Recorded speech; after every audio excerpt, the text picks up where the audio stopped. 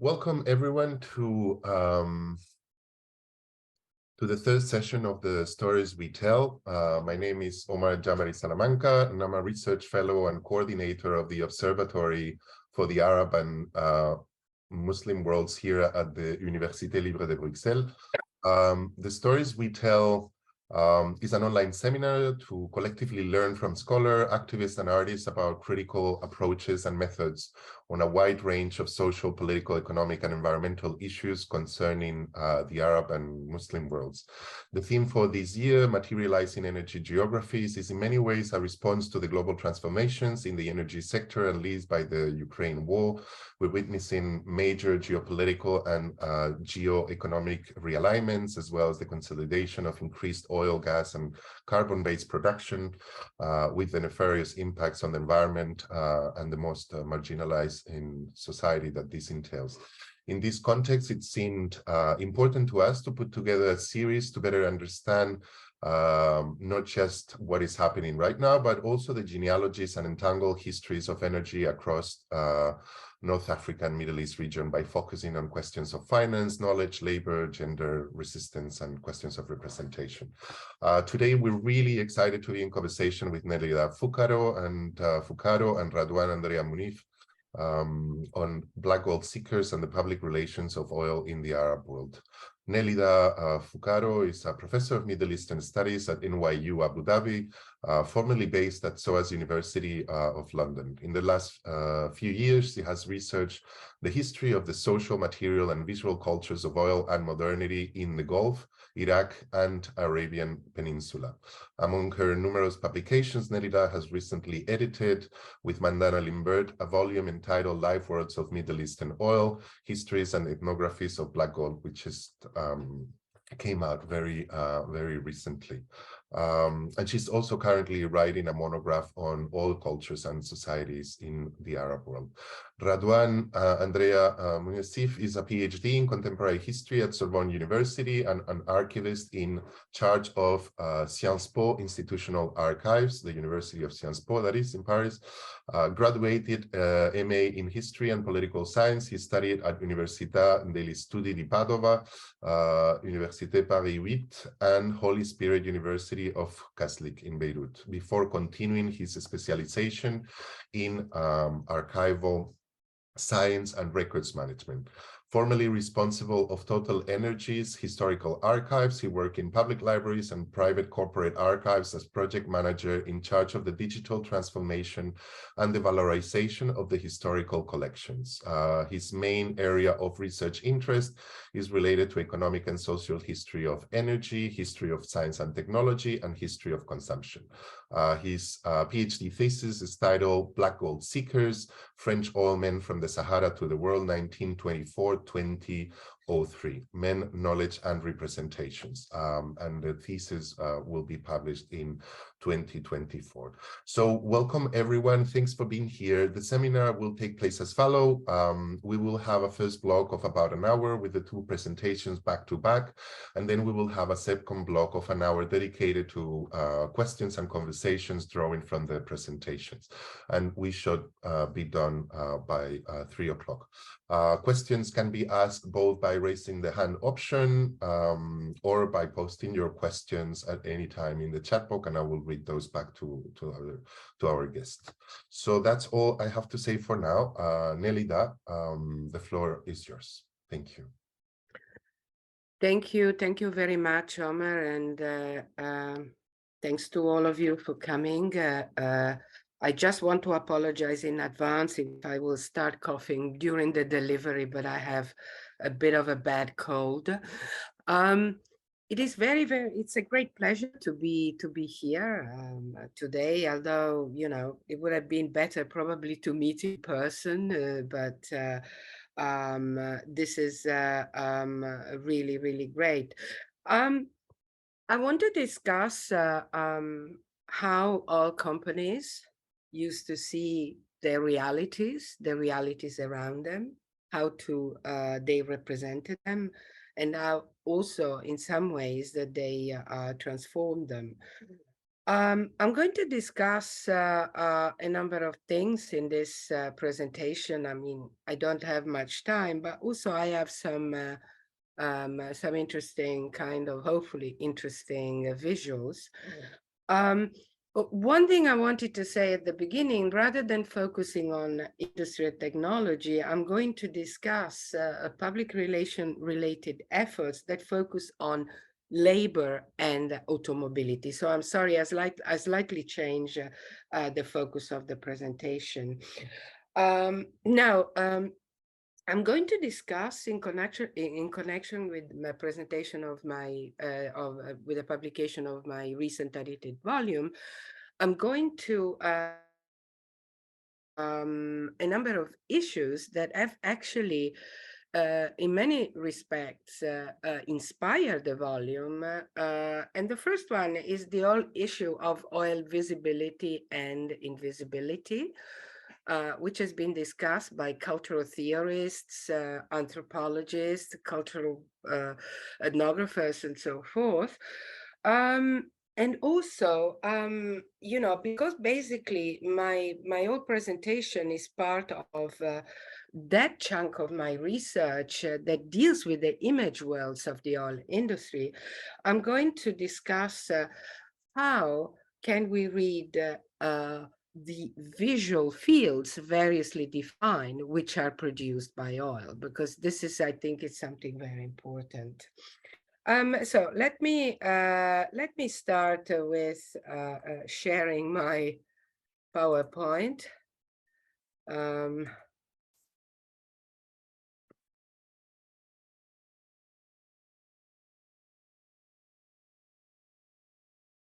Can you see it?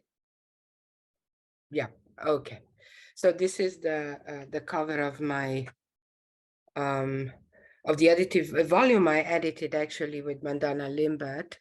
You can see actually here already some of the imagery produced by, well, commissioned, let's say, by all companies. This is the cover of a magazine, Ala Milun Naft, which was published in Iraq in the 1960s, and this cover is from 1961, of course, showing an oil worker at the wheel.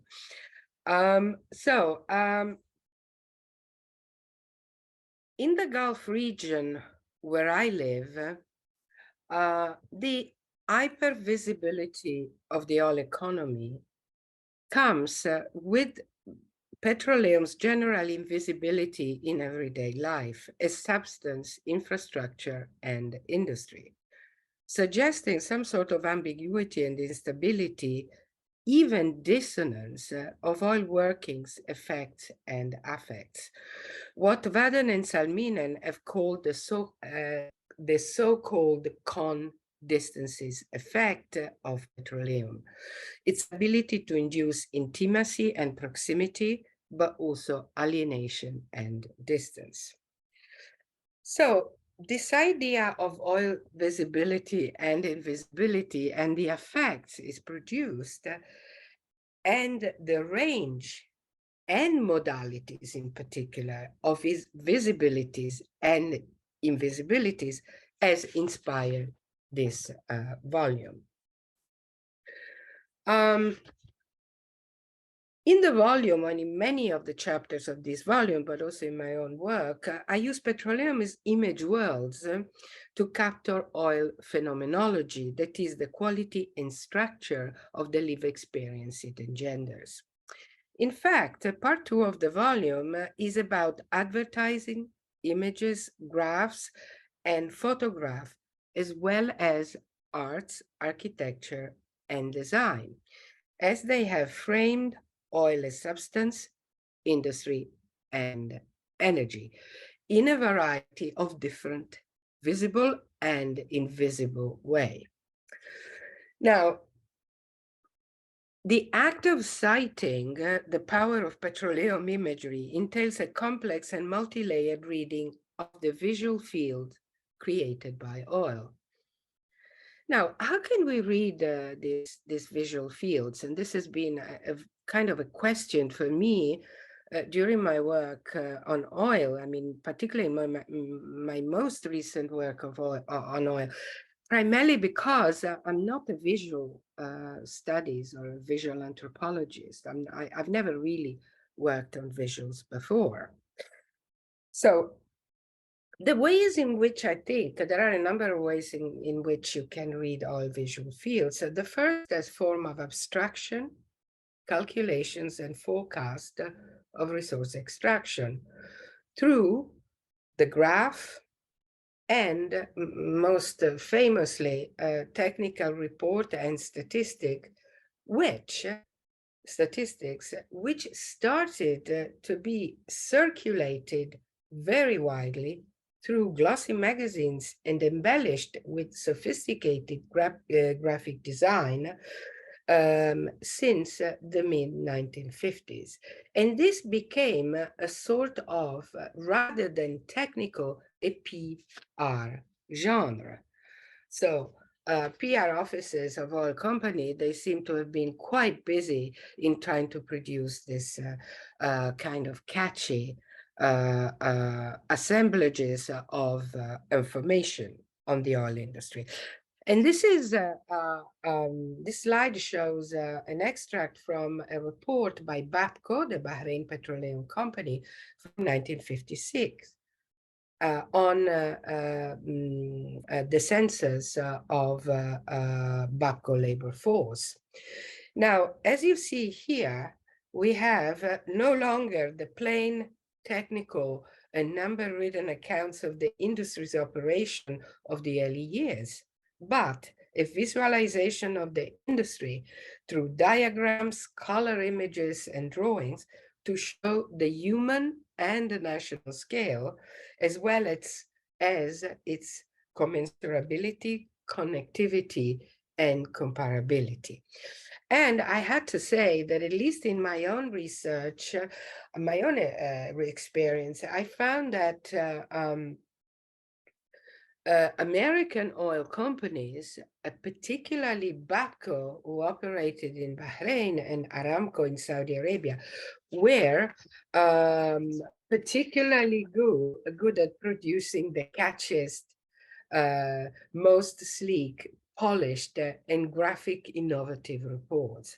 I'm not sure about the French companies. I have no idea, but certainly in comparison with the British ones, which I know quite well, the Americans were kind of definitely much better. The second way we can read oil visual fields is as forms of workmanship in the field of artistic production. First of all, of course, with the use of paints, plastic, and celluloid made up by oil derivatives. And here we have the embodied kind of state of oil in particular type of production, but also using oil and its worlds as subjects. Often art hides the presence of petroleum and refers to it through its metonymic incarnations of wealth, urban spectacle, environmental disaster, but also, and particularly, in the period I'm interested in the 50s and in the 60s and early 70s, increasingly so as national development.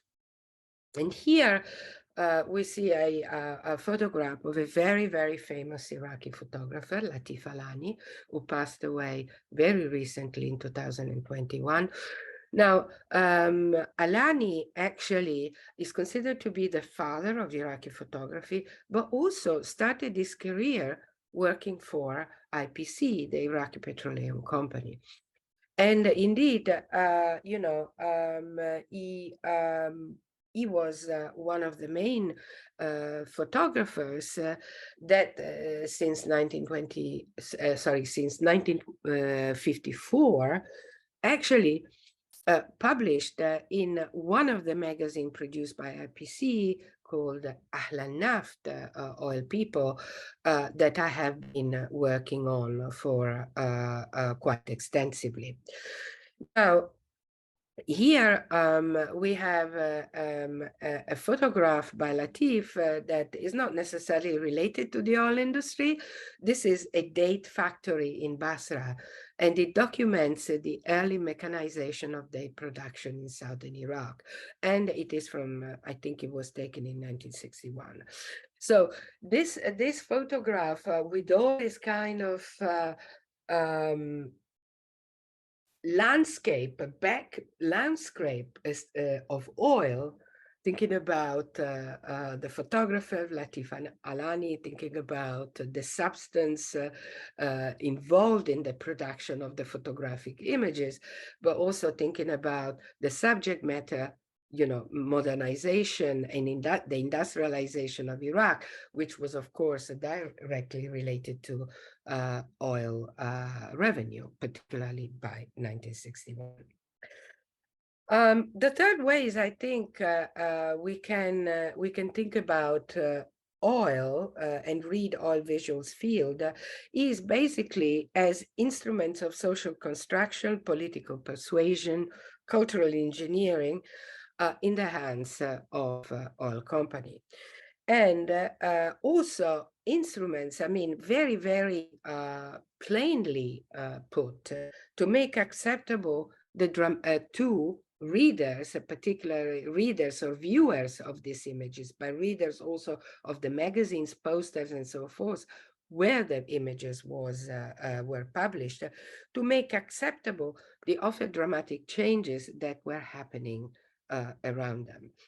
Now, and this is, of course, this is most evident in the PR materials produced produced by the company that targeted labor and the local population, from advertising, photographs, vignette, and drawings to posters and magazines.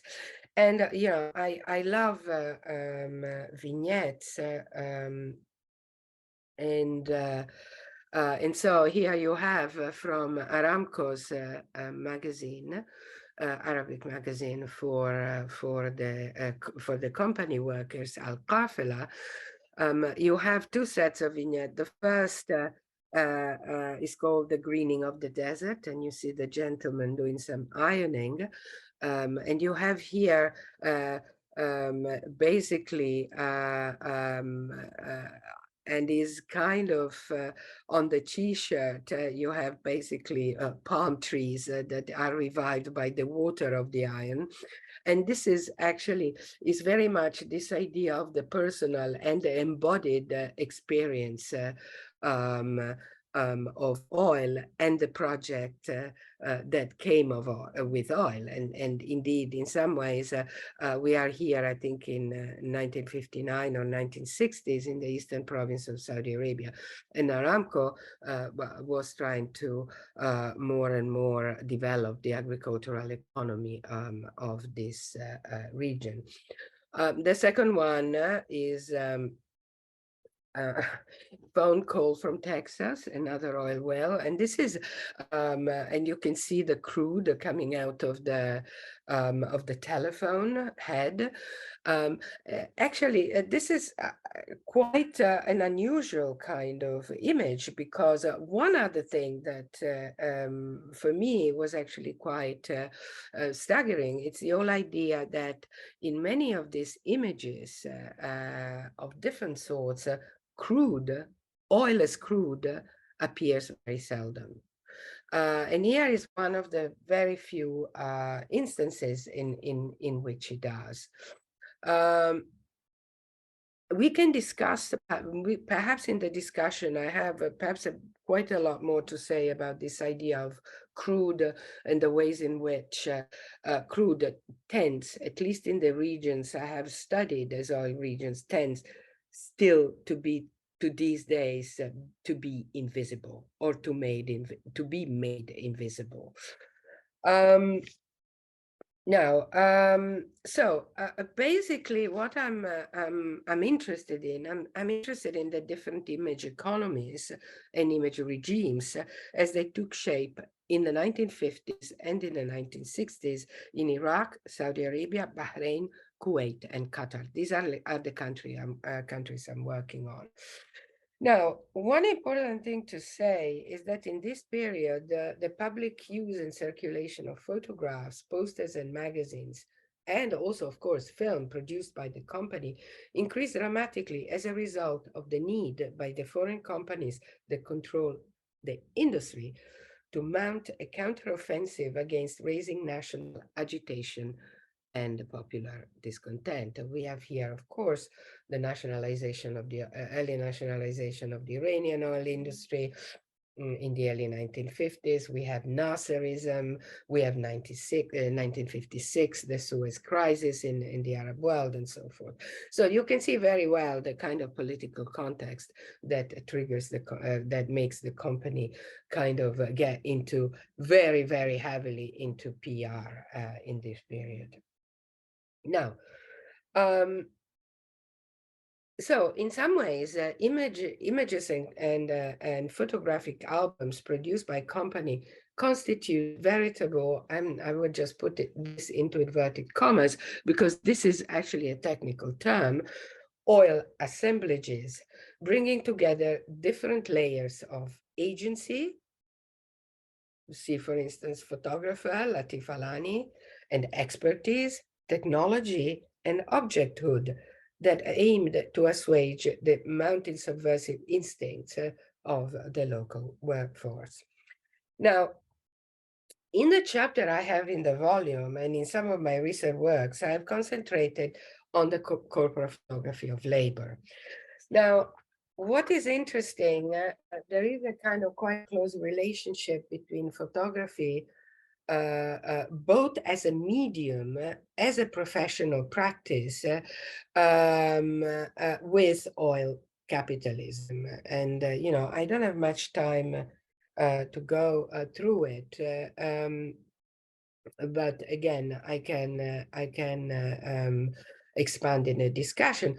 But one very important thing to say is that in some ways, photographers were very important key experts, technical experts, that in the same way as geologists, engineers, technicians, drillers, and so forth, were ensuring the flow of oil, particularly in the 1950s and 60s, and in the regions I'm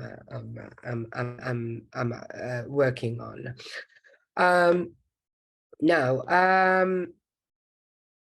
And what is actually interesting, I was actually recently in Baku in Azerbaijan 10 days ago. And that was a very interesting experience because the representation of oil workers in the socialist, the Soviet iconography is completely different from the representation of indigenous labor emerging from the public relation photography of the 1950s and the 1960s that I'm working on, which, by the way, is widespread in Western industrial capitalism. So it's not just the oil kind of industry in the Middle East, but also US and so forth. So as you can see here, the Arab oil worker is happy, clean, effortless, and dressed up in tiny and orderly clothes, even when performing manual labor in workshops and oil field. Of course, this is in stark opposition to its sweaty socialist counterpart, toiling to fulfill oil working class mission. Now, I have a number of, I guess I don't have, how much time do I still have? You have another 5-10 minutes. Okay, that's great. So I just wanted to show another image that actually comes out of the chapter that I have in my edited volume. Now, company photographers entered offices and work sites and composed images that engineered the home and the private life of model workers. Cameras basically became part and parcel of the corporate management of labor, also as objects of leisure. A theme, of course, that dominated US Employee magazine, published in the early 20th century, popularized to increase productivity and distract workers from insubordination. Since the early 1950s, Hafil al-Zayt, which is the Aramco magazine I've mentioned before, followed suit and included a column on Obis, Hawayat, that related first-hand stories of leisure pursuit by Saudis on the payroll of Aramco. And this is indeed one of the first articles that featured Yusuf Ben Abdallah al-Daij, a technician in one of the air conditioners' workshop as an amateur photographer. The large image illustrating the column portrays Yusuf holding a state-of-the-art, as you can see, Rolleiflex camera at his chest with hesitance, looking away from the camera's upper viewing lens. Like many images included in Qafela, that of Yusuf be interpreted as cutting an idealized and humble figure of the archetypal skilled worker. The caption reads, "Photography is a skill that requires patience and precision. It can be a remunerating profession, but for Yusuf, it's a hobby, which he says helps him to overcome boredom." So I have treated labor photographs, the magazine in which they were published, and cameras as oil objects, part and parcel of a new material world brought into the region by the oil industry. Now, and so, I mean, in that sense, I think that my work fits in very well with the title of this series of lectures, as a materialization of energy geography. This is a particular ways in which energies become materialized through this oil, what I call the oil objects. My interest in the micromaterialities of oil, time and space is a complementary approach, and I feel, I consider it to more kind of macro analysis of oil development. I'm thinking about Tim Mitchell's Technopolitics, Michael Watt's Oil Complex, and Andrew Barry's idea of technological zone, all of which in some ways emphasize the modularity of the industry that binds infrastructure, capital, and labor regionally and globally. Now, without underestimating the important vertical entanglements, meaning local, regional, and global, that they are very, very evident in these images and in the expertise and objects I'm looking for, treated the industry as modular tends to conceal more granular and expansive workings and incarnation, both in terms of individual and collective petroleum experience, but also of society's differential interaction with new machines that are moved by oil. Cars is a classic example, or are assembled with components that are made of petroleum derivatives. Cameras is another example. Now, I just want to basically conclude with moving to the present. Now, the importance of oil early materiality in the current memorialization of the oil of the industry across the region can be hardly overstated. And here you see basically two photographs from the Doha Qatar National Museum that I took a couple of weeks ago. And basically you have basically the display of oil, all these oil objects that are becoming part and parcel of the historical memory of oil and the memorialization of the oil industry. And here on the right-hand side, you can see, well, typewriters. You see also electric fans, a classic, and telephones on the right-hand side. And this is a very, very beautiful installation, which is kind of mounted on a on a bending wall, you can see cars, tires, sewing machine, bicycle, and further down, TVs and record players. So there is this interesting materiality of oil that is really coming out also today, these days. So basically, I'm interested in oil objects and in the circulation of oil objects as well.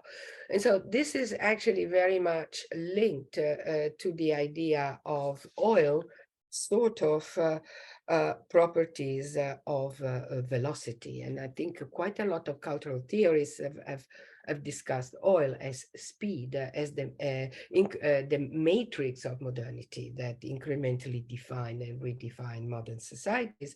And so in some ways, I'm very interested in this idea of oil velocity and viscosity. And viscosity, which is basically is opposite kind of property.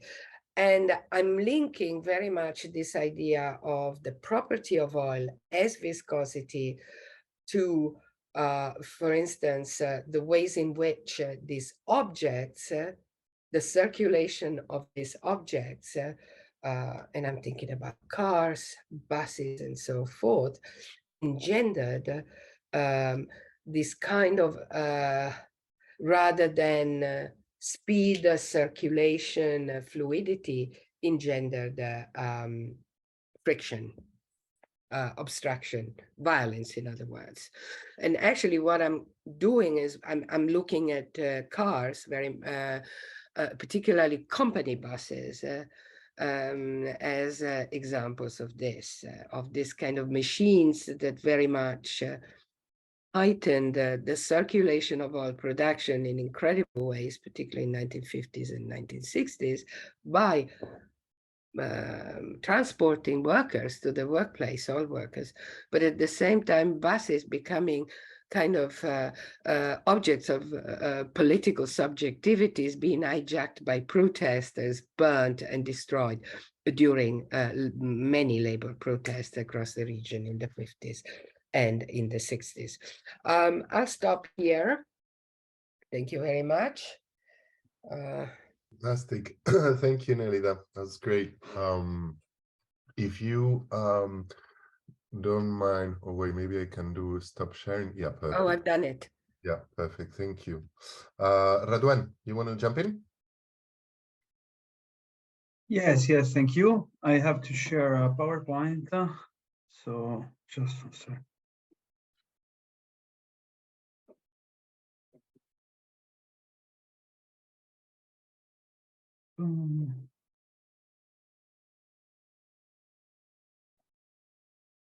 Perfect. Can you see my presentation? Yeah, it works. Perfect. Thank you very much.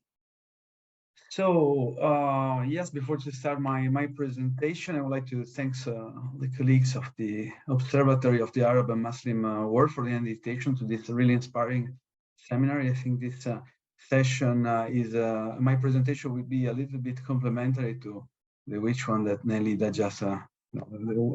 just presented, because I'm also going to talk about representation of oil and trying to introduce a part of my PhD dissertation of the black gold seekers, the chercheurs d'or noir. In particular, today I'm going to present some of the results, focusing in particular on the period of the development of French oil industry in the colonial and post-colonial Algeria from 1945 to 1973. Focusing on workforce policy, circulation of knowledge, and social identities. So in telling the stories of the men and women that have contributed to the development of French oil industry, I would like to demonstrate how the human element has been an essential factor for the development of this industrial sector, and also, of course, the representation, how the black gold seekers are underrepresented in a certain sense in French scientific literature, and misrepresented in a certain sense on the general audience book, cinema, and the comics, and all the form of communication at that time, from the 50s to until today. So just a methodological footnote, this research is the result of an original approach in a certain sense, because while I was doing my PhD, I was in charge of Total Energy Historical Archives. I was a project manager in this field, so I use most of the sources I'm mobilizing in my PhD research are part of my the project I manage at the time. So I organize an oral history campaign. At the time I interview more than 25 oil workers, so black gold seekers that worked in the Sahara during the 50s, since the 50s. And there has been a huge project of digitization of historical photos. So what Nelida was saying about the photography is something that which also I worked on at the time, but I'm going to focus more on the human resource management aspect for this presentation. So just a quick introductions on why I decided to work on the history of French black gold seekers. But I repeat something that Nelida was saying. So in a certain sense, oil is, in our conception of the modernity, oil is ubiquitous. It's something that is in our, it's an integral part of our everyday life. But when we think about oil, the images that come up to our mind are more the image of the oil fields, the flaring gas that burns day and night, the huge production plants in the middle of the desert, or the oil platforms in the middle of the oceans. And here you can find some of the photos that are being used by the company to publish it, to present their oil activity. So, but if we go beyond this propaganda and the images that's been vehiculated by oil companies, industrial organizations, and political institutions since the end of the 19th century, we find that the human element is extremely present. So oil is something more. Oil industry is more than huge machines and technology, but it's also technicity, is also knowledge, is also human men and women that works in the industry. So men and women are extremely present on oil industry, and they are is really represented in the archive, in oil company archives. They are the industrial workforce, first of all. So even if oil exploration oil industry is characterized by a high degree of automatization, the industrial workforce is still present.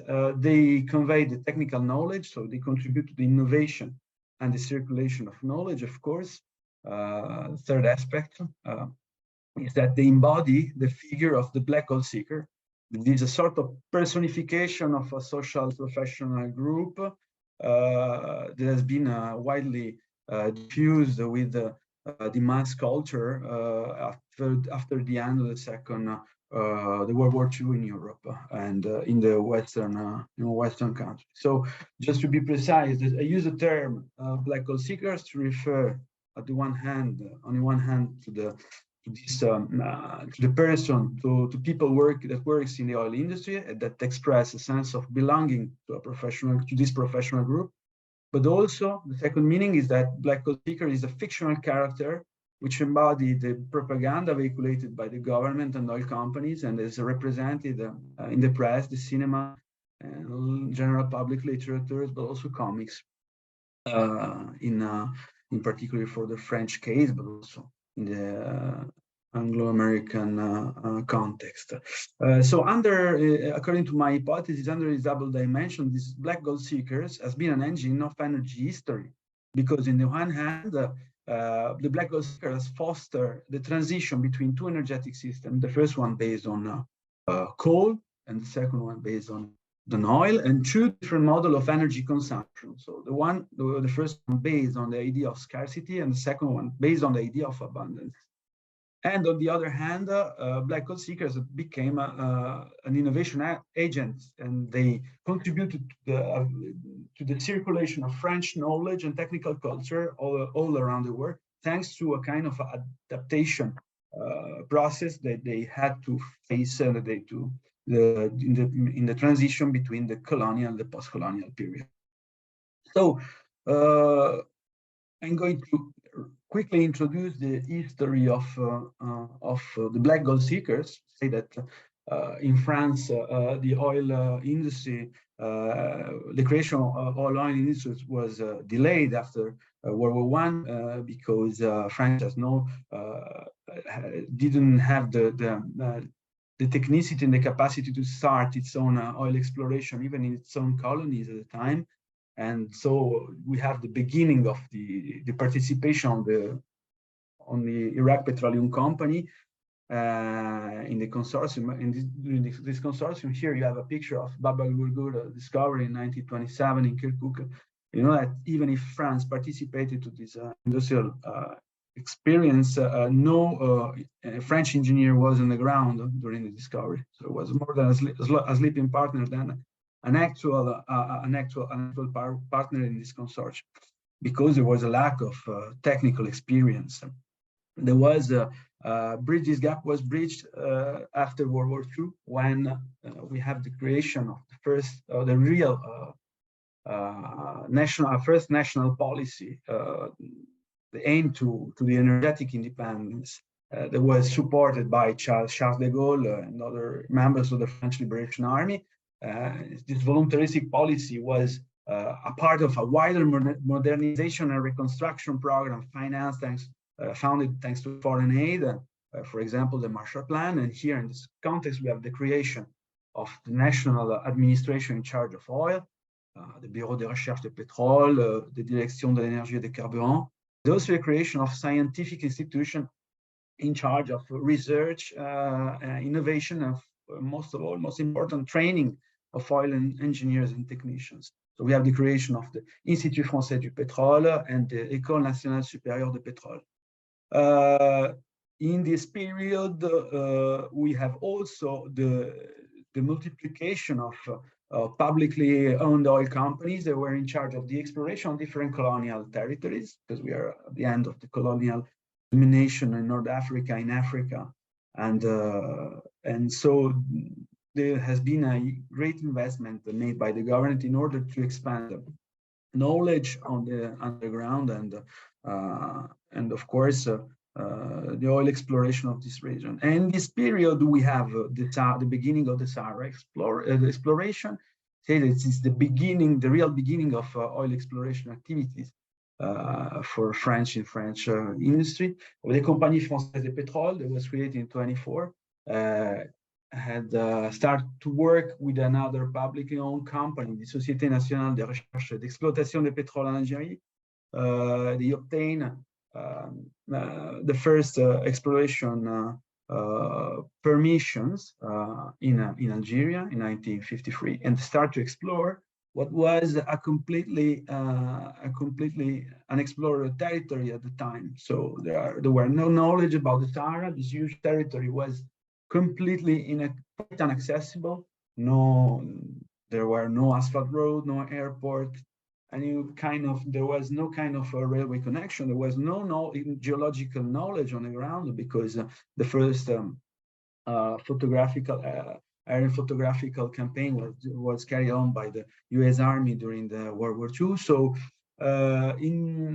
there were harsh climate conditions that made quite extremely difficult to work on the ground. But thanks to the massive investment in training and technology, in a few years, a French company could discover two huge oil field, the Nasser Messaoud, and a huge gas field, Thermal. So in 1953, we have the first exploration permission. And 3 years later, we have the first discovery. In a couple of years, Saharan oil was shipped to France. And all this happened during the Algerian War that started, the independence war that started in 1954. So this we can see that there's been a massive investment on the one hand financial, on the other hand in training, and this is visible if we analyze the statistic and the data of the human resources department of the Compagnie Française de Pétrole, for example. They gather from the company archives that shows very well how the evolution of this, the expansion of these activities. In 1953, we have 153 workers on the company. Then we have the discovery in 1956 and an explosion of the recruitment until the beginning of the 60s.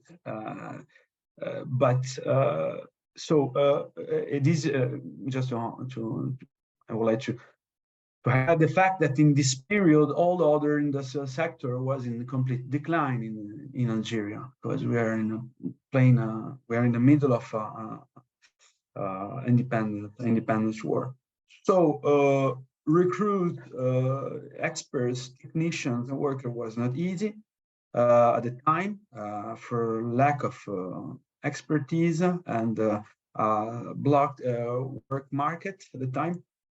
But so how reduce the impact of recruitment problems during this during the colonial period? So the companies and the state, the government decided to work to adopt different measures. The first one is the national propaganda on Saharan oil exploration, creating a sort of saga thanks to films, comics, and publication, general audience publication and books that had to diffuse a positive image of the colonization during the Algerian War. So it was a kind of way of expressing the positive effect of the colonial domination during the independence struggle. On the other hand, this propaganda tried to convince young people, young graduated people, to take part in what was defined as an epical adventure. And I think that in this picture here, this is the cover of a children's book that was published in 1958, Chercheurs du pétrole au Sahara. It resumed very well the message of the propaganda, the corporate and national propaganda at the time. You have a young French engineer dressed like in Western movie with a map indicating the way through progress with the rigs behind in the middle of the desert. And just in second plan, you have an indigenous worker that is looking at this master in a certain sense. If you allow me the expression in a colonial context, it was something like this kind of hierarchical relation. Smiling and thinking that, okay, we're going through progress, we're going to overcome this war and this independence war, and we're going to find oil and to make the country, to make the colony, to make France and its colony get in the consumption, the mass consumption society. So this was there was this kind of images that was sold at the time by the propaganda. Of course, there were other measures that were more human resources management point of view. For example, the recruitment of the adoption of new training program, the modernization of human resources management techniques, and of course, aiming to recruit not only French, but also not only French European, but also Algeria native European population and indigenous worker. That the indigenous workers started to get the recruitment started at the early beginning of oil exploration in the Sahara. Even if you can imagine, as it was for the other companies in the Middle East, I think about Aramco, the works on Aramco, EPC, and Iran, the oil companies in Iran, it was characterized by a high degree of segregation at the time. So, despite this French attempt to get control the colony. In 1962, we have the independence of the Algerian independence. But despite the importance of this political event, Algerian independence is not calling into question neither the continuity of oil exploration, French oil exploration activity in the Sahara, nor the presence of French engineers and technicians in the country. And nevertheless, we have a change, as like the kind of relation between the new Algerian government and French oil companies slightly changed. Companies were asked to maintain and to reinvest their the oil revenue for the development of the national industry of the country, of course, and to directly contribute to the recruitment and training of local workers. This was easy at the time because the new national trade union, Union Générale des Travailleurs Algériens, started to organize strike during in 64 in particular. So trying to reorient the how can I say the French oil company programs, and a couple of years later in 65, say between 63 and 65, we have the signature of new agreement between France and Algeria in terms of international cooperation in the oil system. So in another sense, French oil companies started to directly contribute to the training of the first generation of Algerian black oil seekers, founding the Institut Algérien du Pétrole and founding a private training program in the different countries.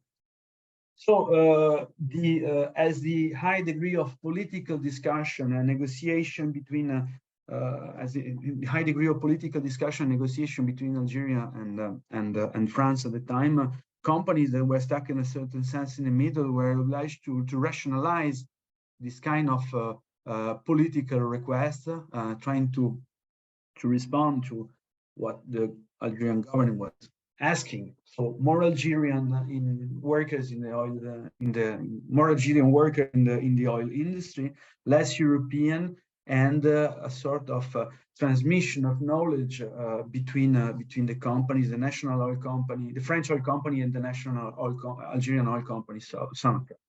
In this period, and this is one of the most important part of my PhD dissertation, we have the beginning of the Algerianization policy. It's something that has been like used also by other oil companies in the Middle East. We used to call that regionalization. It means replacing expatriated workers with local workers. But this Algerianization imposed and was based on the introduction of new and innovative human resources methods, in particular the strategic workforce planning. So asking to replace French engineers with young, not skilled local Algerian engineers was not so easy for a company, which most important, because what was important for an oil company was the productivity at the time. So they were using the strategic workforce planning helped to replace slightly, to plan the replacement of the workers in a long term, like in 5 years. So applying this kind of system, we see in the statistic of the human resources department. The number of Algerians employed in French oil company, Compagnie Française de Pétrole Algérie, increased drastically after 1965, while the number of expatriated agents was reduced. This helped, on the one hand, to make the productivity, to stabilize the productivity of the company, and on the other hand, to facilitate the circulation of French skilled engineers and technicians in other areas, because we are at the beginning of the diversification strategy in France. So engineers left for North Sea, start to work in Indonesia, in other countries, making circulate the knowledge they had and they developed in the Sahara. It was the only oil field that was directly managed by France company. So I'm going to the conclusion, saying that, of course, there has been even if there's been a transition period that took 5 years, the nationalization of Algerian oil in 1971 changed the situation. But even if we consider the nationalization as a sharp caesura, in a certain sense, in the history of oil industry and in the political point of view, for the oil company was nothing more than the slow adaptation to new conditions, to the new working condition. So the end of the concession era imposed to the French oil company to start negotiating a different way of staying in Algeria, capitalizing what they invested on the ground at the time, and making the French black gold seeker to be present in the Saharan industry, still present in the Saharan industry. So we have this period of development of the technical system model that helped, in a certain sense, the company, Compagnie Française de Pétrole, offered its technical assistance, providing Sonatrach with human resources and technology in exchange of a compensation that was payable in crude oil. This new way of working and interacting with oil-producing country helped French companies like the French company, particularly Compagnie Française du Pétrole, to overcome this complicated situation in this period between the two oil shocks, and to re-employ French technicians on the ground, of course, imposing them to change attitude and to adopt a decolonized kind of attitude vis-a-vis the local oil elite, contributing to training. Of course, what is most important, making circulate French technology, making circulate French patents, and contributing to the development of local oil industry. So, just a few words to conclude this paper, this presentation. The idea of the model that has been developed by the French oil companies in the Sahara is something that has been reapplied, reused in other contexts. And the idea, the black gold seeker, that born in the Saharan sand in the 50s, has played a major role in the energetic transition and has contributed to the development of national oil industry in France, in the colonial territories, but also has been an agent and a vector of circulation of French knowledge around the world, developing the exploration techniques, but also contributed to train local engineering technicians. And what is the most important thing, I think that also Nelida talk about it before, talking about the photograph and the expertise they had.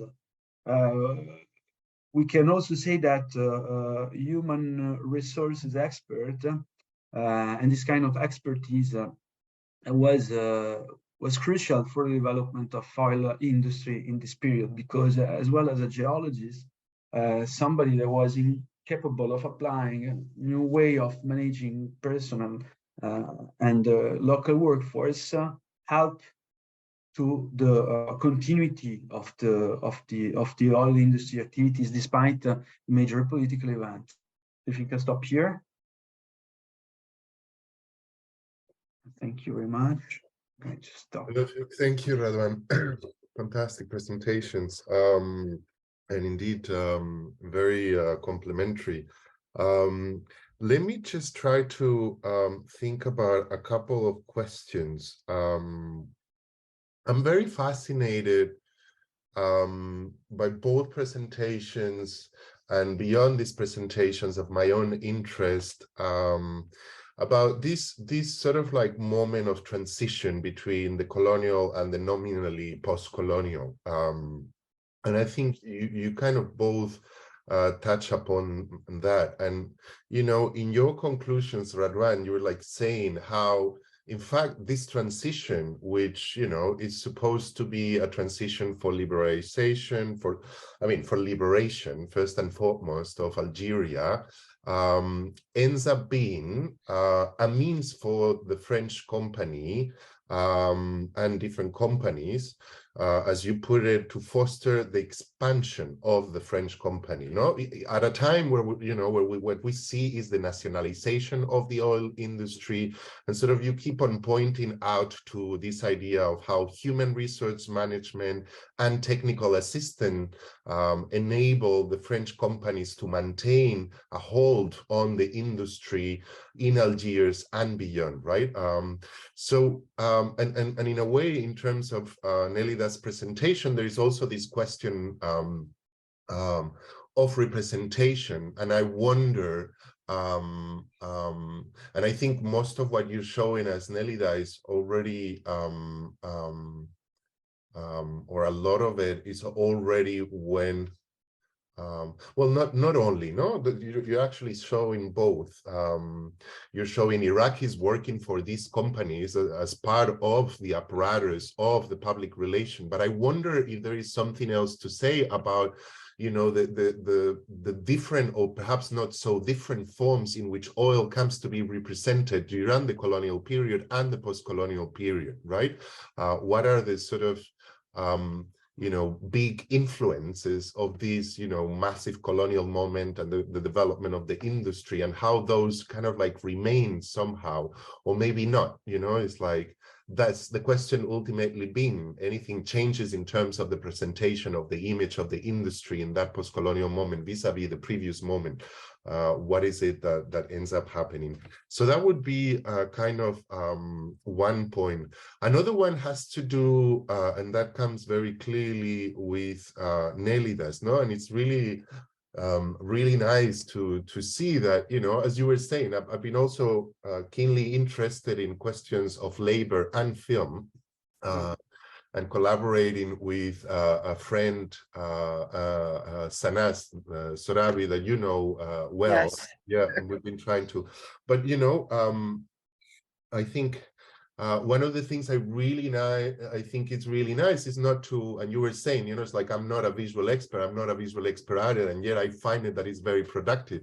But you're not just onto the visual as in photography, no? You're like taking different elements, and it's this assemblage that makes, that.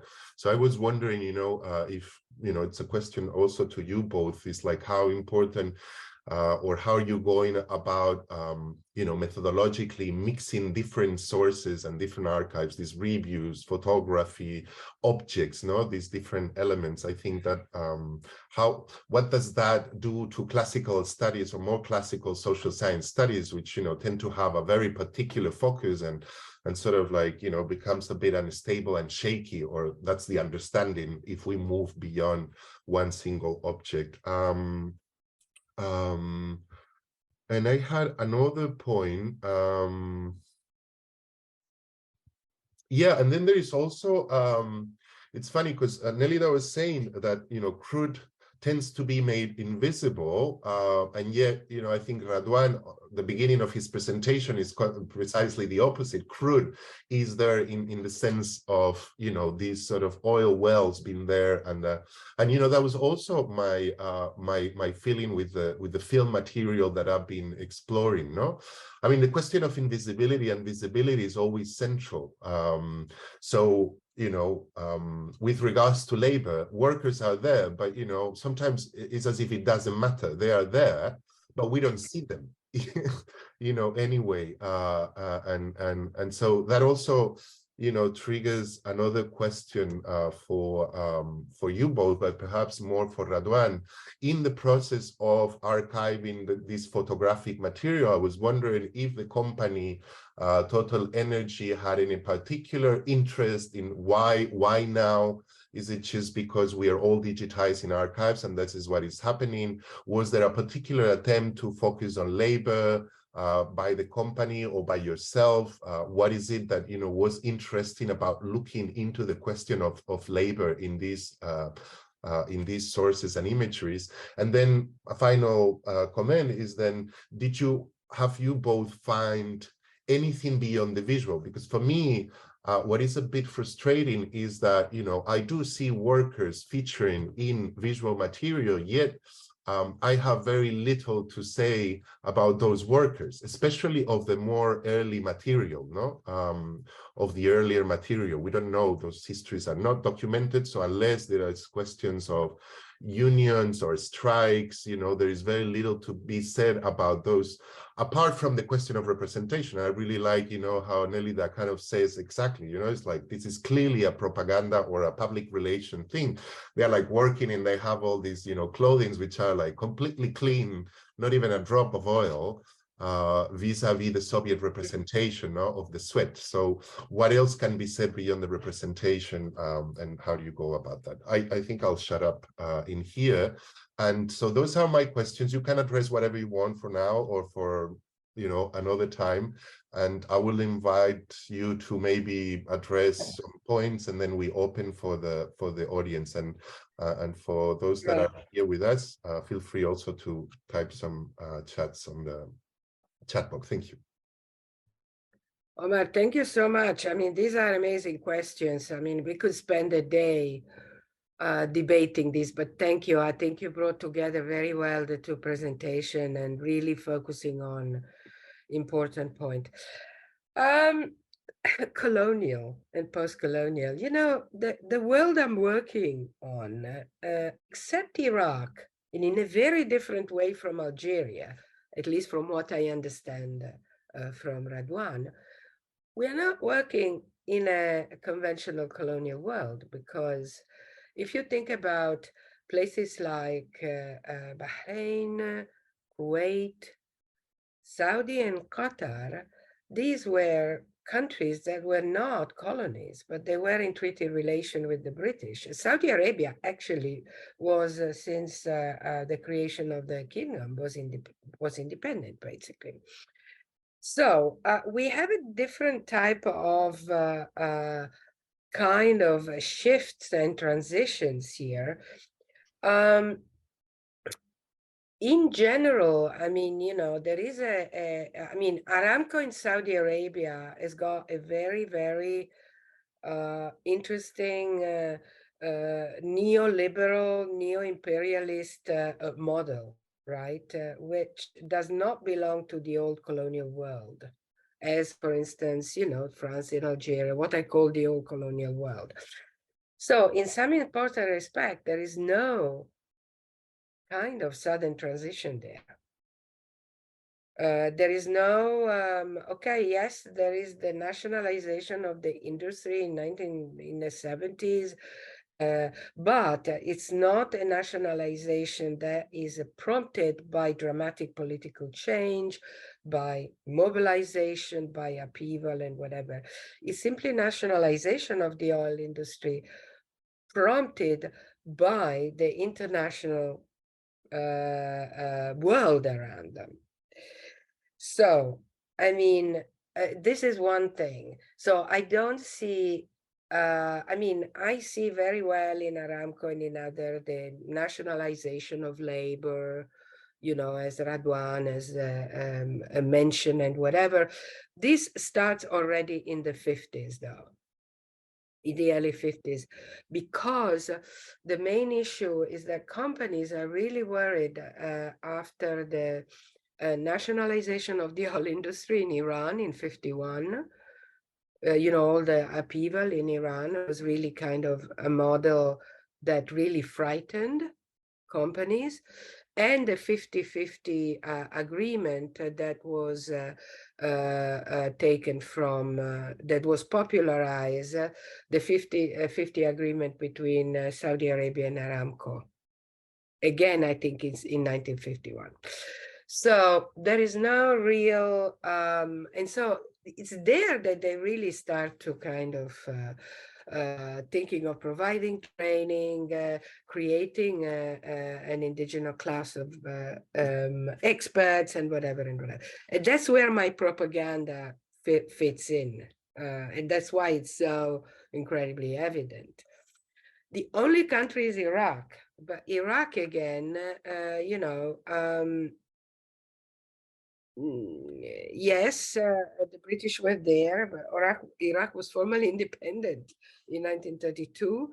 the British maintain control of the foreign policy of the country. The real shift in Iraq is with the revolution in 1958. And there you see very, very wonderfully, and you see to the representation, right, of the workers, the design, the imagery through their magazines, the shift in the magazines, that actually the new revolutionary regime was very kind of Soviet-oriented. And so there was a much more hand-on, dirty representation of workers, social realism, basically. Methodologically, the challenge, a lot of them. A lot of challenges, but for me, primarily also is the sources that I think Radouan has got less than me, because Radouan, you are such a lucky person. You've got an archive there at your disposal. It's my dream. So, yes, I mean, you know, the different, I have been collecting material for about 8 years, basically. And I have a huge database, but materials are from everywhere. I have one archive, the BP archive, that now is also being partly closed, but the rest is all through field work in the region, through libraries in the region, or interviewing people. So it's this is my basic challenge. Methodologically, I think methodologically, my challenge is to convince some of my colleagues that expect the usual work on oil, what I call the usual work on oil, which is more kind of, you know, macro oriented and more kind of normative, to convince them that this idea of using visual fields, circulation, materiality is a good way, is a different way of looking at politics. Right, because there is a lot of focus on oil politics. It's politics by other means. It's studying politics by other means, because politics is obviously quite prevalent when thinking of oil. Invisibility, I should explain. I cut it a bit short.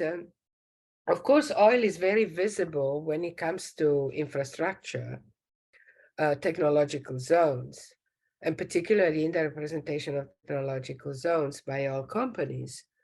They really are keen to show that there are things moving on, that things are being produced, that oil is coming out, and so forth. But for me, and again, I think we can't really generalize because it's very localized, this. For me, particularly in the Gulf where I live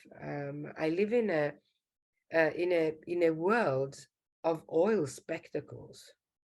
It's sort of an empire of science that reflects petroleum's economic and political power, but with money and wealth as the dominant value form. So what we see all the time of oil is the glitziness of this aesthetics of luxury, as I call it, that is prevalent in the Gulf, meaning architecture, advertising, consumer culture, and everything. So in that sense, you know, and modes of consumption become a metonymic image of oil, right, as well. But oil in itself, especially given that oil fields are very far from urban areas, and so forth, and all the oil infrastructure is far from it, is completely hidden, particularly as a substance. Then, did you find anything beyond the visual? Yeah, I mean, there are, as you rightly said, Omar, there are a few little things that one can, that I have, a few things. I mean, you know, there is the local press, right? Not the company, but the local press, where, you know, some, well, you know, activists, oil workers were writing. Students were also very active in the 50s, and so they produced broadsheets, and oil was widely discussed, obviously the oil company.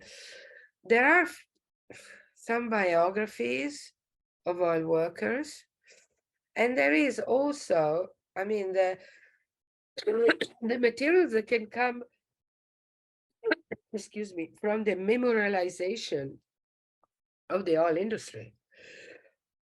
Meaning that, for instance, in Qatar Oil Museum, you should all go there because it's amazing.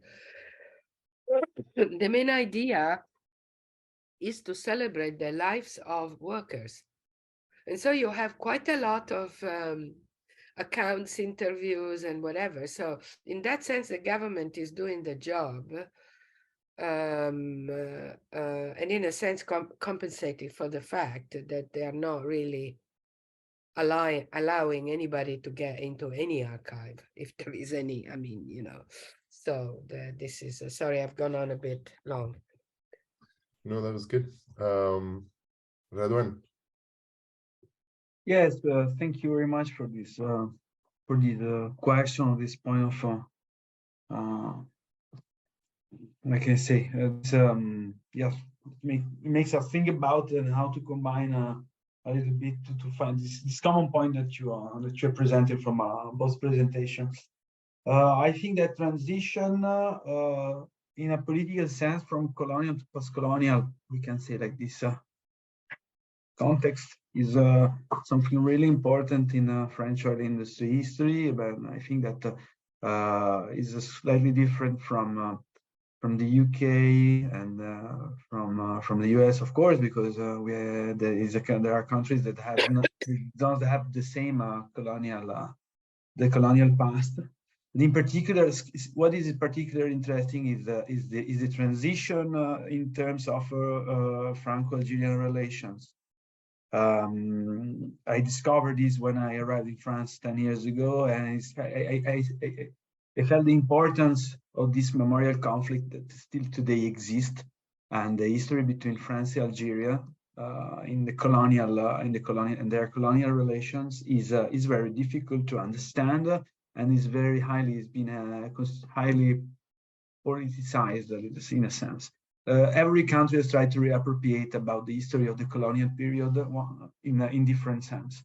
So we are used a little bit to understand and to think about the history of industry in the colonies as with the same chronology, with the same understanding of the political fact, but is not the same in a certain sense. Industry and economy has had, and so the cooperation between French companies and the work in local context, the development of local industry and heavy industry, in particular in North Africa, are completely different. They stand on its own in a certain sense. And there are works by historians that have shown, for example, how French historians that showed up, for example, how the colonial project, in a certain sense, like Jacques Marseille, for example, the colonial project and the industrial needs, the needs for the industrial development had not the same goal, were not based on the same elements. So I think that oil history is a way to rediscuss a little bit this kind of official chronology that exists. So 1962, independence, everybody on his own, and start to work for its own future, and it's not like this. And 1971, for example, the nationalization of oil industry in Algeria and another caesura, and it is not it does not reflect the reality of on the ground. Because if we think about oil activities, the same geologists that they were working on the oil field was there in 1961 and 1963, despite the independence and the continuity of oil techniques. The same technology was used even after the nationalization, and sometimes I showed in my dissertation is that the same engineer training Algerians before the nationalization and after nationalization was the same person, but it adapted the discourse to changing political context and the constraint of the working environment. But the mentality is something really important in my opinion, because during my research field, I interview a lot of engineers and that work in the start. They experienced the independence and the nationalization, for example, this transition period, and for them it was kind of difficult to get used to the new context, but they were kind of obliged by the company, because the management, the top management of the company tried to make to stay there, to stay in the country, to continue to work. It was opportunistic. I don't want to say that it was like a keen new way of open themselves to a new way of interacting, which was hierarchically structured before. It was an opportunistic way using science and technology to maintain their oil sources in a certain sense. And so I think that in general we have to deeply analyze this kind of tradition. This has been possible thanks to the combination of different kind of sources, because if we stayed in an official chronology, and if we, for example, explore the diplomatic archives in France, what has been done by a lot of French historians, so we hear about the official discourse and the dispute that there were between diplomats, between politicians on the one, on the other side of the Mediterranean. But if we combine these sources with corporate sources, and if we combine these sources with oral sources, we can a little bit we can expand a little bit our understanding of this transition period. It's not easy because the sources are not everywhere. There are not so many in certain sources. We have to construct our own sources, like, for example, experiencing doing an oral history project, and digging, Nelida said, in different libraries, and picking sources from different sides, try to build its own how can I say, corpus of sources. Yes, and on the photographic aspect and the iconographical aspect, I think that is really important. So I'm really glad to see that we are talking about this. It's true that it's something that is not, I don't know how, I think in France there are not many people that are working on this kind of aspect. For me, it was like a kind of challenge to start proposing like a kind of history of French oil industry that was different from the business history, the classical business history school of international relation. Our challenge is trying to present this industrial history in a different way, and audiovisual and iconographic sources are really important. I had the chance when I was in Total to manage this project. It was more than 1 million historical photos of the company activities since the 20s to the year 2000. And the work, the archival management project was basically was financed was founded by the public relation department at the time. But it was a chance also for me, as in charge of the historical archives, to work on the digitization, the valorization of the sources, and of course to make them accessible to scholars, and to work on a digital platform to share this kind of material.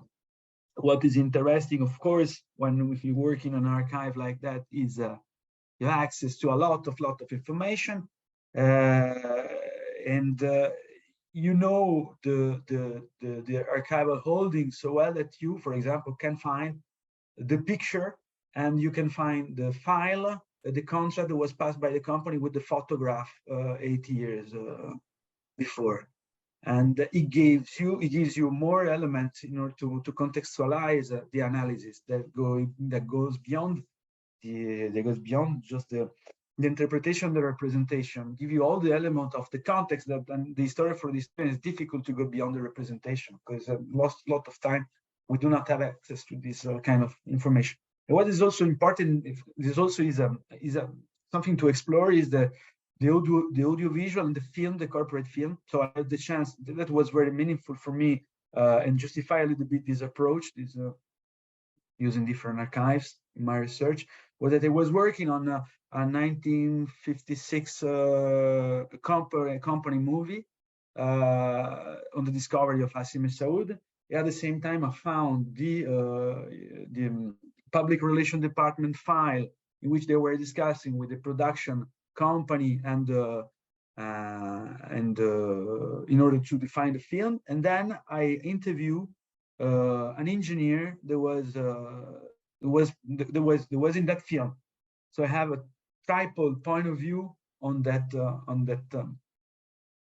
film that helped me to better contextualize. But it's something, it's been a chance to find all these different sources to try to interpret one film, but is very difficult to find sources on this, and companies, oil companies, archives are not so open in other contexts, even if in France is a little bit different, and they're still accessible for scholars. Yeah, I mean, it would be also fascinating to, because I kept on thinking about this. At some point during COVID, I was looking at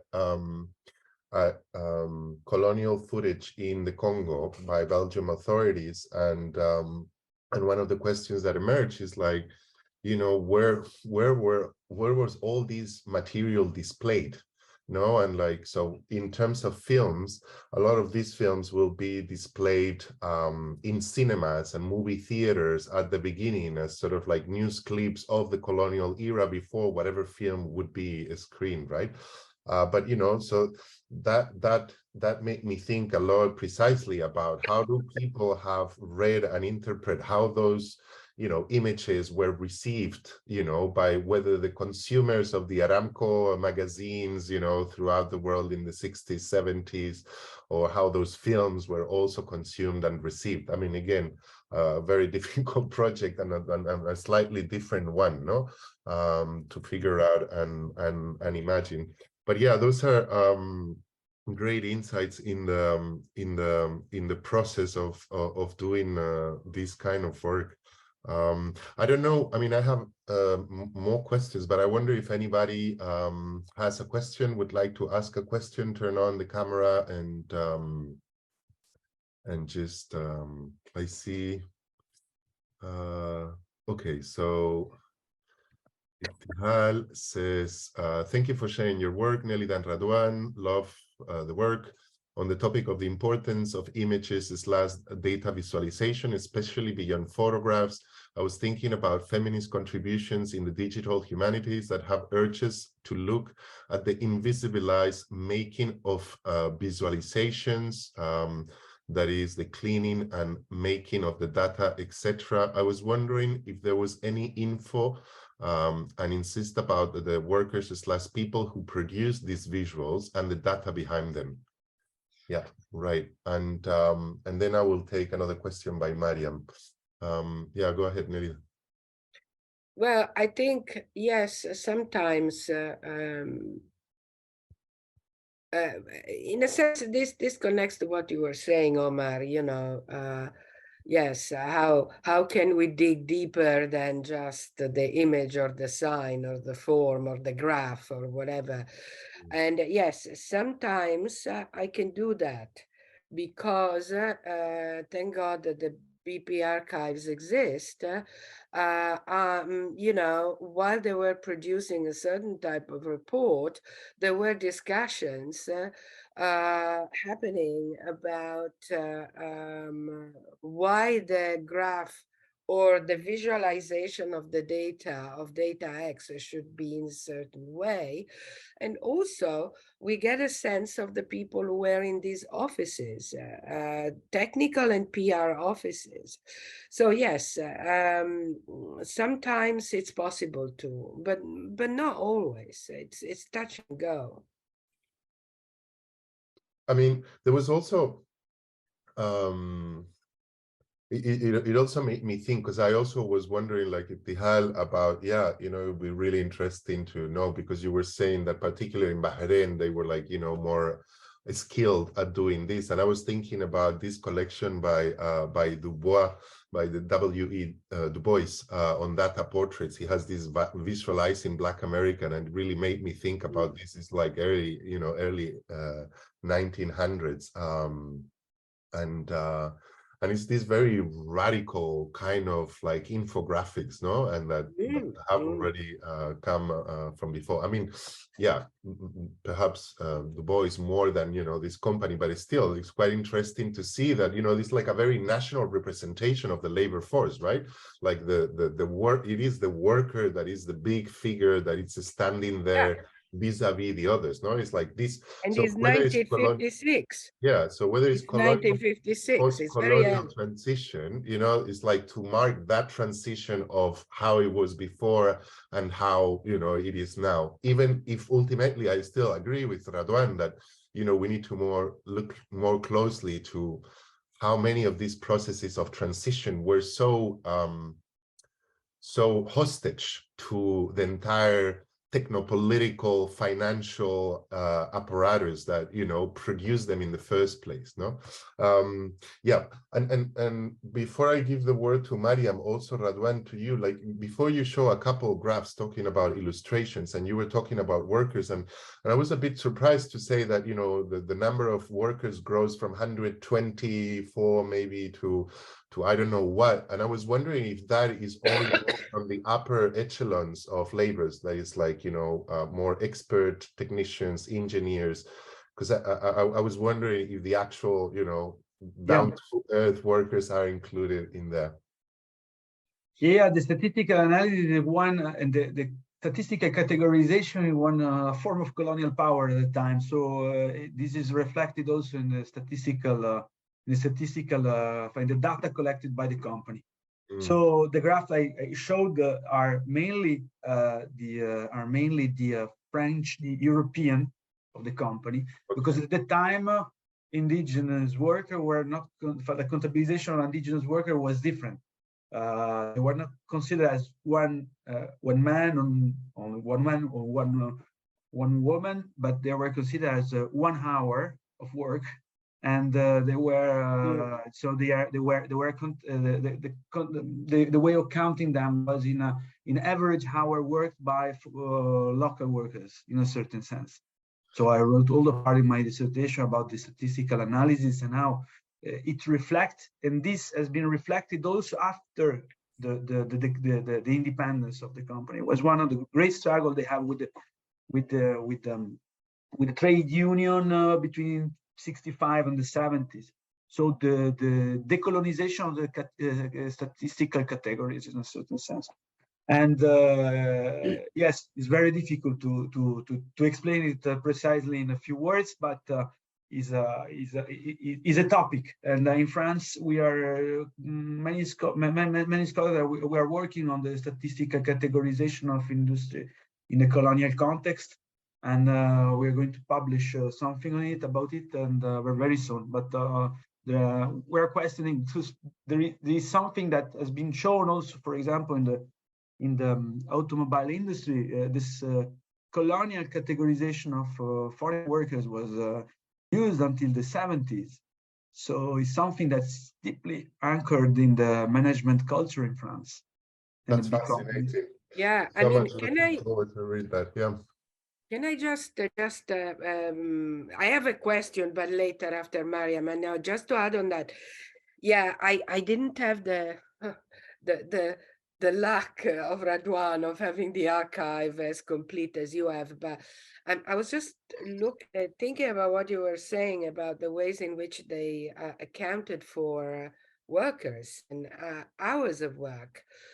And my sense, and I've looked at this stuff for very earlier on for Iraq, quite early, so 1930s and whatever, when Iraq was still under quite a lot of British influence, although it was not a colony as such. But I've never seen such categorization of workers are always, even non-skilled workers and whatever, they are not kind of categorized as hours of work, but as individuals. Interesting. there is a juridical reason. In fact, the status that indigenous people had in Algeria at the time, they were not considered as citizens, but they were considered as half citizens in a certain sense. So you have the category is really a juridical point of view. So you don't have right to have a contract, you don't have a right to have possession in a certain sense. So that's is a derivation of the colonial structure. So you have the time for the census. You have the French, the European-born Algerian, and the Muslim. The third category was not considered as a complete category. So they do not have full right. It was a real segregation system. Yeah. It does make one think that system certainly was in place in other colonial context. But yeah, that's really interesting. Mariam, you want to? Yes. Yes. Thank you all for your enlightening presentations. I have a question, but first, before I finished my master's thesis last year, where I was in the Aramco photography archive, and I talked about the visuals that Aramco produced from 1949 until 1961. And it was really interesting to receive Ibtihal's question, because I felt like I was very surprised by the amount of data in the archive about the staff photographic unit. Most of them were veterans from World War II, American veterans from World War II. There was one who was a Pakistani laborer in the warehouse who escaped partition and ended up working in Saudi Arabia and eventually worked his way up to becoming a staff photographer also. And I think those personal histories actually elucidate a lot about what this, how the company sees itself. And especially when you have a photographic unit of, 12 people for a company of that size at the time, it's very impressive how much they invested. But I'm interested in the image of the black gold seeker as it kind of relates to the American counterpart of the wildcatter.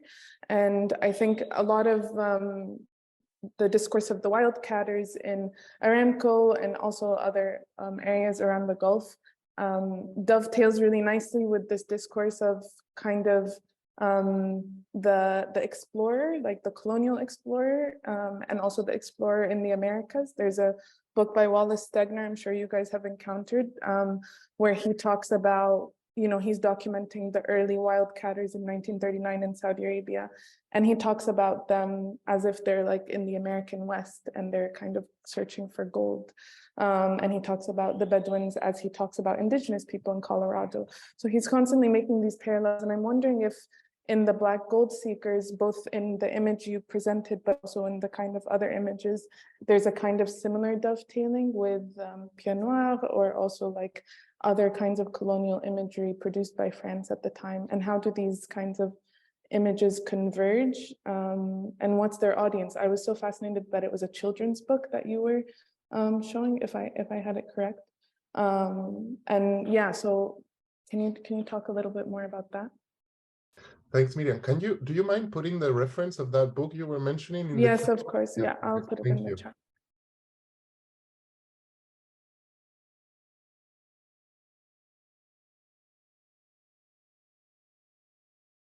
You guys want to, Nelida, Radouan?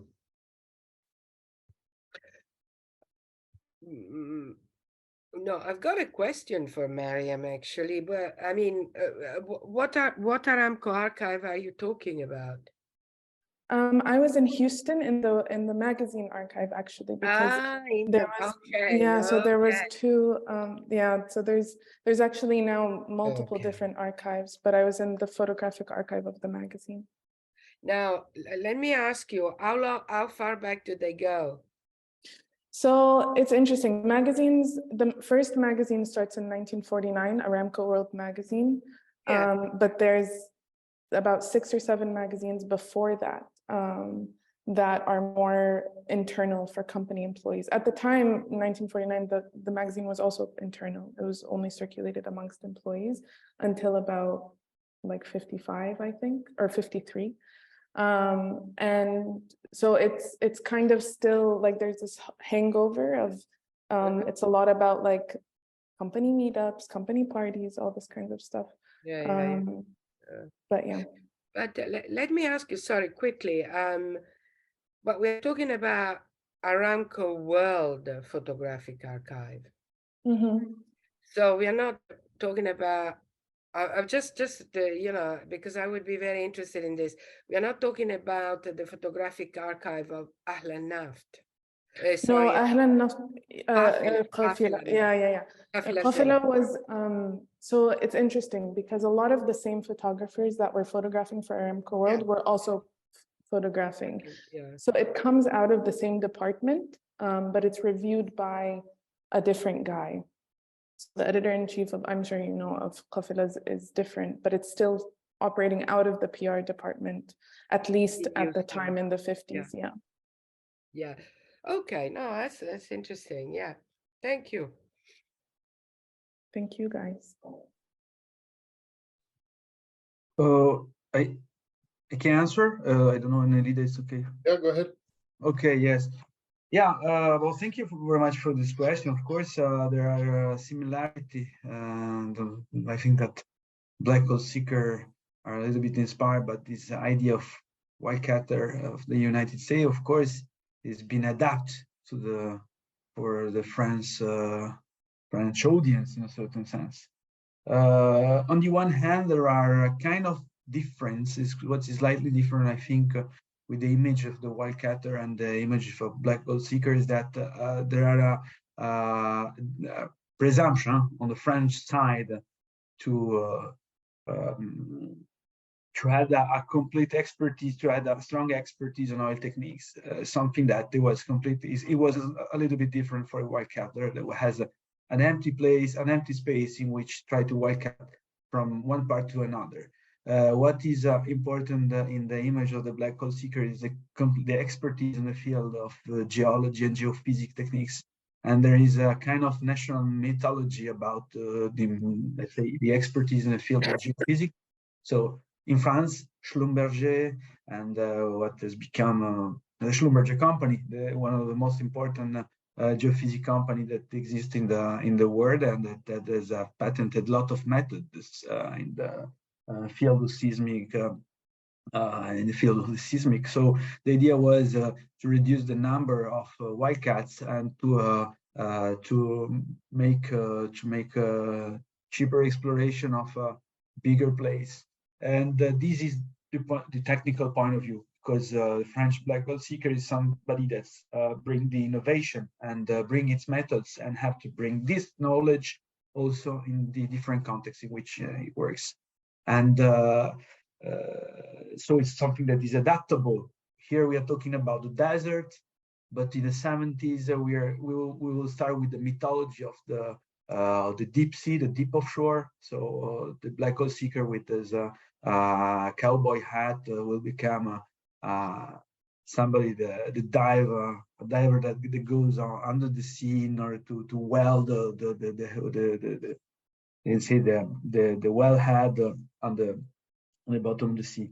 And in the second element, of course, is something that is very related and is very influenced by the colonial representation, the colonial imaginary, in a certain sense. So I showed an image before about the book, the children book. But if you go on in the photographic archives of the company, there are a lot of photos that be taken for propaganda purpose during the 50s, and you see the geologists dressed like with Arabic costumes, like for example the long suits, sleeping in a tent in the middle of the desert, having tea. So is something that take the imaginary of this world, of this Sahara. There is the construction of this territory that was completely unknown at the time, and this has been done by the company, the oil company, but also, for example, in the nuclear sector, helped a lot because we are in the beginning of the exploration also in mining sector. So there are many images that are vehiculated at that period. So it's a kind of different model, inspired by the image of the whale cutter, but adapted to France, to the French context.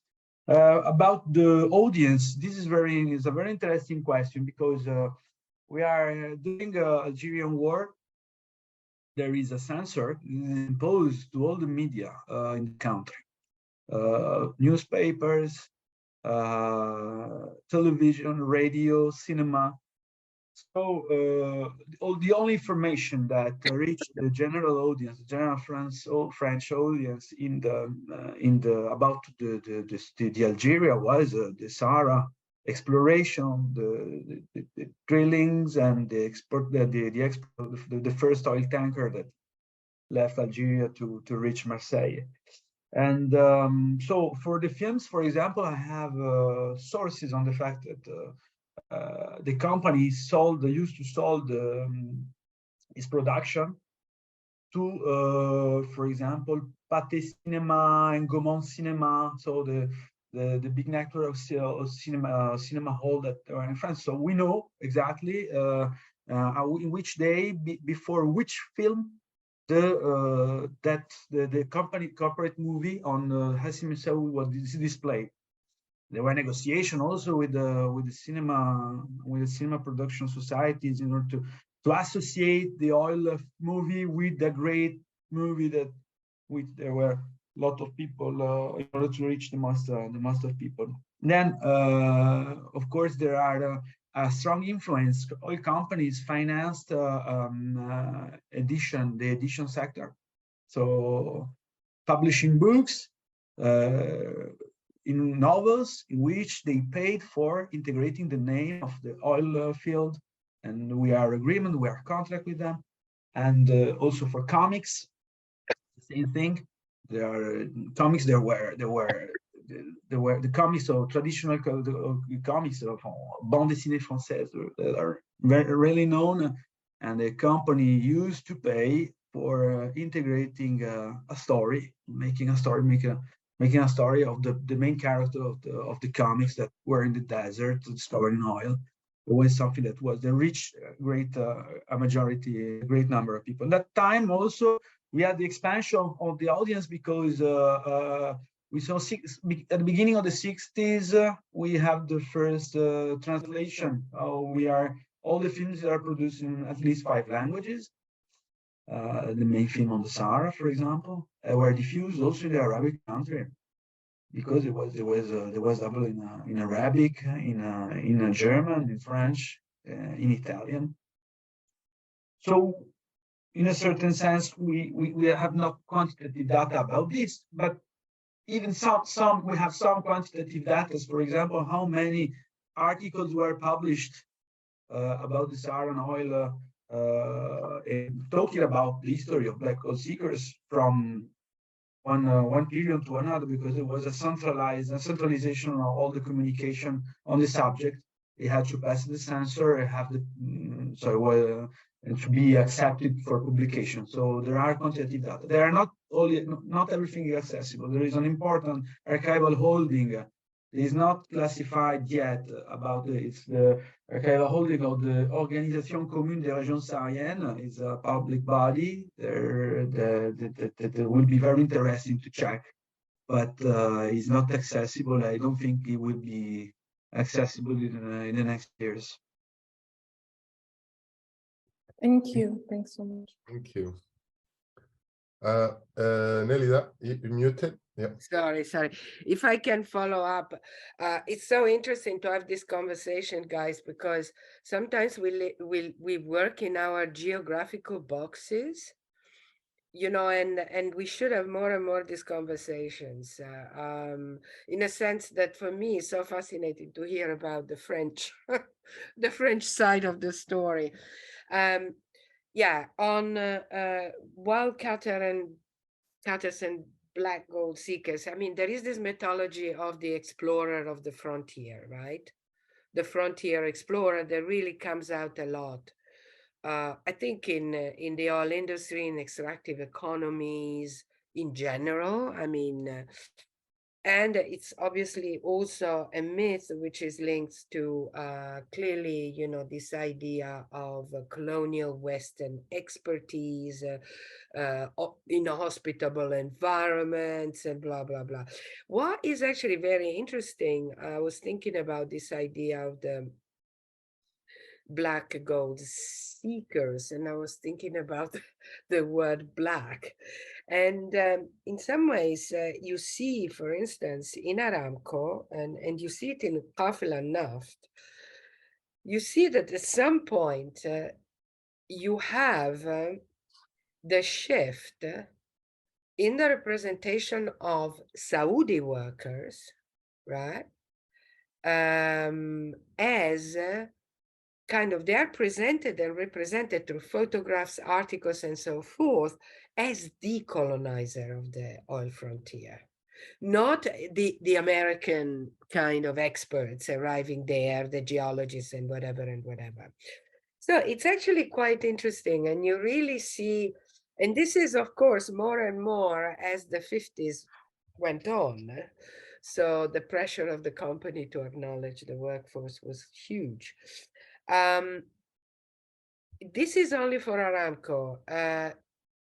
Iraq is a bit different, but it's a good way perhaps of thinking about different case studies and different representations. Cinema and audiences.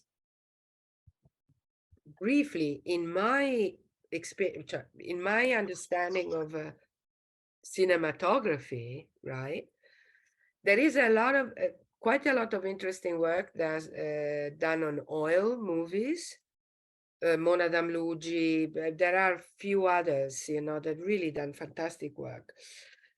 Now, the companies produce two types of film that, at least the ones I've worked with. Short films, longer films, and newsreels, right? Now, you had a proper kind of long film produced for international audiences, right? So they were also all some of them subtitled in Arabic and then shown in the country, particularly to government officials, upper classes, elites, and whatever and whatever. Then you had the more kind of local propaganda type of movies and newsreels that were actually, I'm not sure in Algeria whether this happened in Algeria, but in Iraq, you had in 1951 the establishment of a film department in IPC. And actually, they produced short documentary newsreels that started touring the country, villages, rural areas, and whatever. You know, they had this vans, this film vans, they were called, and they started to the country, also in Kuwait, my understanding is. So it was also kind of also, the audiences were also quite local. Of course, it's very difficult to, I mean, I got some reactions from screening of movies in Europe or in the US, with some kind of accounts, but not locally is very different. Yeah. And probably there is also these other films, right, that were made for only the corporate sector, no, for investors in the end. Yeah, right? of course. All the different, thanks for that. That's great. And Mariam's question was also fantastic. And I have another one here, the last one. I think we have a couple minutes left. Ayan Assar is saying, thank you for your two fascinating presentations. I was really captivated by treating these images not as only representations, but as circulations of particular properties of materiality, which also raises another set of methodological questions. And in this vein, Nelida mentioned briefly that she had more comments about how crude oil appeared in these images. So I wanted to follow up on this invitation, and I would love to hear more if there is still time. So if you can say something about that, and maybe we can conclude with that. Well, I don't, I mean, crude oil, sorry, I don't really understand the question, how crude oil appear or did not appear in these images? I mean, both, I suppose. I think she says Right. as not only as a, yeah. Yeah. Yeah. I think, yes, I think Yeah. the corporate images, okay, there are, crude oil is not there. Particularly if we go to the 50s. If you go earlier on, yes, because there is the celebration of the derrick, the new oil well. There is the fire. As Radouan, you showed actually Baba Gurgur well in Kirkuk, which was the first one. This is the type of iconography you see at the beginning. So is the derrick, is the fires, and are the people around it. Then somehow there is this idea, continuous idea of polishing, what I would call polishing the industry for a kind of outside consumption, which is also reflected in the ways in which workers were represented as clean and not stained by oil, even the ones working actually in the oil field and whatever else. So the absence of crude is kind of this kind of polishing act by the company, to me, visually, I mean. But also the interesting thing, and I couldn't really talk about this, what actually is also interesting though, that by the 60s, as petrochemical industries start to develop, there is a lot of attention on oil derivatives, right? And the graphs, the imagery of all the derivatives, is absolutely the graphic world of oil derivatives is fantastic. It's very beautiful. So because they need to explain and to show how oil derivatives came out of crude, they started talking about crude more and showing it more, I think. That's my sense. Yeah, there was this piece written recently by Adam Haniyeh, which is precisely saying, I mean, a slightly different take, but also like that we also need to take into consideration those derivatives of the oil industry, which have been pretty much neglected, no, in terms of considering political economies of oil. That's right. Actually, I had a long conversation with Adam about this. He does a political economy. I do the visuals, so we always get on very well on this. But it's interesting that you say that in relation to so the crude needs to be, so in your sense is that crude becomes more visible in visual culture as soon as there is a need to commodify and promote a derivative of that crude, no?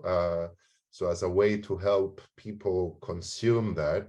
And and before you had said something which was also interesting in terms of, I don't know if you were specifically referring to images of workers, but you say that, you know, the images economies 1950s, 60s, Bahrain, Qatar, Kuwait increased dramatically as a reaction to national education and popular dissent. And and so you mean that it is the labor featuring in this visual culture, or was it something else, or it was just about? No, they all, I'm sorry, I wasn't very clear, I think. The all PR exercise to present companies and workers and the ways in which they treated workers to promote themselves as dispenser of welfare, happiness, and whatever, and modernization, the all PR exercise studied exactly because within this country, within these countries, particularly in Bahrain and Iraq, but also to some extent in Saudi Arabia, clearly, you start having labor movements, you start having political dissent. Nasserism was a big thing, you know, in the 50s as well, Arab nationalism. So it all has to be read contextually. I mean, at the macro level is clear why they are doing it. Also, companies are worried, as I said, because they've seen nationalizing the industry in Iran in 1951, and that was really quite dramatic because the British were kicked out. Just one, basically from one day to the other, the British shut out. This is one. The second is, as I said, the 50-50 oil agreements. Saudi Arabia negotiated with Aramco on the model of the Venezuelan one. And companies are really worried that they are going to lose ground and money, political ground and money. I'm not sure. I mean, so this is quite a different situation from Algeria, I think. Very different. It seems probably, I mean, I don't know, Radouan, but it seems probably that the French have also learned out of that experience, no? I mean, they have had like a good decade to figure out what is the best way, because it's also interesting. I mean, I don't know so much about the history of Algiers, although I've been getting interested, but it seems, I don't know, Radouan, is the exit of bureaucrats from the colonial state apparatus administration in Algiers, my sense was that a lot of those kind of left, leaving a vacuum, whereas what you seem to be hinting at is that in the oil industry, that transition, you know, happened in slightly different terms. I don't know if that sounds like. Yes, of course, but yeah, we have to say that even the archive shows well that France was in Iraq, the Compagnie Française de Pétrole was a partner in the Iraq Petroleum Company, so it participated directly in the board of directors, precisely in the definition of this kind of policy. So human workforce, human resources management, and everything. And so also the political relation was that the political relation model was really adapted to the Algerian situation, but was inspired by what happened in the Aramco, for example. The way in organizing, for example, the working camps for workers. So the models developed by Aramco was a kind of guideline. There is a archive shows a trip in 1965 of two executives of the Algerian company, the Compagnie Française de Pétrole Algérie, which they went in Saudi Arabia to discover a perfect model. They've been inspired by this, and of course, so there is an expertise that circulated. They were also transnational actors, like, for example, like consultant societies like this, expert in human resources and management, then sell the same model, same organization model to the company, so the different companies. So there was a kind of standardization in the practice, in the techniques, in the method, in the administrative methods, but there weren't an adaptation to the ground, to the reality of the society. And of course, what happened in the oil context, in the oil industry after independence, was that people were the same, but there was their employer that changed in a certain sense. Because the same Algerian engineer was trained by a French oil company during the colonial period, and integrate the Institut Algérien du Pétrole, financed by French, and with French teachers. They were there thanks to the cooperation program, cultural cooperation program, and start work for the Compagnie Française de Pétrole in I don't know, during the middle of the 60s, during the Algerianization policy. After nationalization, was exactly in the same person working in the same place, in the same office, in the same building, but there was the employer that changed. Formally was no more Compagnie Française de Pétrole, but was retracted, nationalized. So peoples were in place. They didn't change. It's something that somebody tell me during an interview. He said, I used to ask the question, was one of my first interviews, I asked the question, what happened when a Sonatrach arrived in Saudi oil field? He said, he answered to me, but they did not, they never arrived, they were already there.